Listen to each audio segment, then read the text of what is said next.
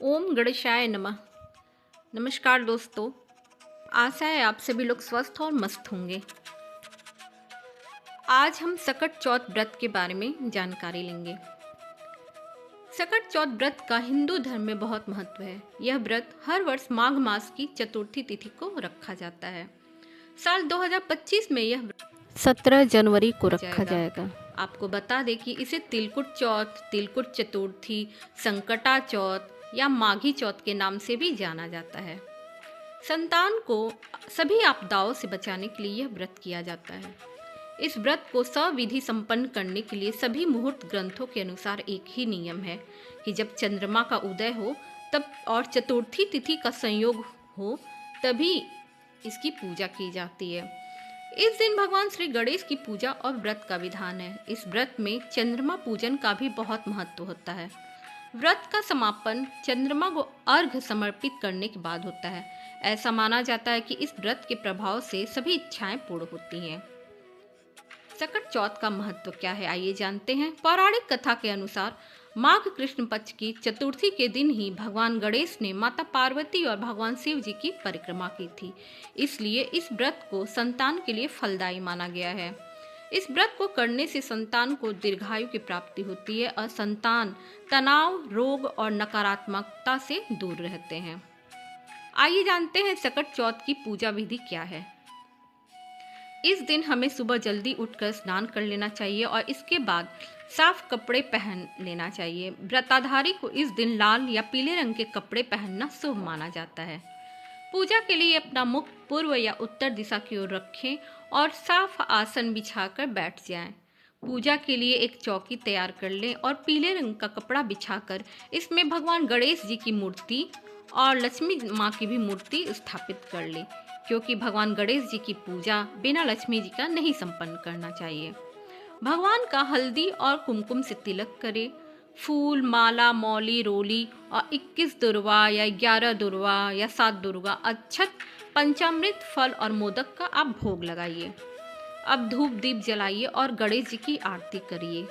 रात्रि में जब चंद्रोदय हो जाए तो चंद्रमा को दूध, कच्चे दूध और जल से अर्घ्य दें और पूजा करें। संकष्टी चतुर्थी पे दान का बहुत महत्व है। तिल चौथ के दिन तिल से बने व्यंजन भगवान गणेश को अर्पित किए जाते हैं और बाद में इनका दान किया जाता है। शास्त्रों में कहा गया है, तिलम ददाति यः भक्त्या सर्व पापै प्रमुच्यते, अर्थात जो व्यक्ति श्रद्धा और भक्ति से तिल का दान करता है वह अपने सभी पापों से मुक्त हो जाता है। स्कंद पुराण के अनुसार तिल का दान करने से व्यक्ति के सभी जाने अनजाने पापों का नाश होता है और पितृ दोष से मुक्ति मिलती है। मत्स्य पुराण के अनुसार इस दिन भगवान विष्णु के पसीने से उत्पन्न तिल और माता लक्ष्मी के द्वारा प्रकट किए गए गन्ने के रस से बने गुड़ का तिलकुटा बनाकर उसे दान करना चाहिए।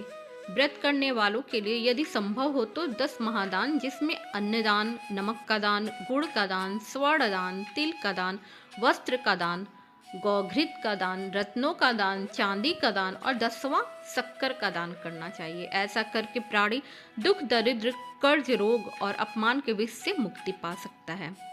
इस दिन गाय और हाथी को गुड़ खिलाने से अकाल मृत्यु का भय नहीं रहता है।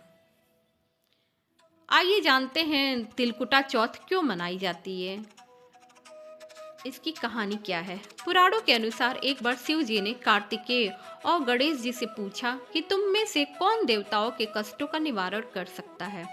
तब कार्तिकेय जी और गणेश जी ने स्वयं को इस कार्य के लिए सक्षम बताया। इस पर भगवान शिव ने कहा कि तुम दोनों में से जो भी सबसे पहले पृथ्वी की परिक्रमा करके आएगा वही देवताओं की मदद करने जाएगा।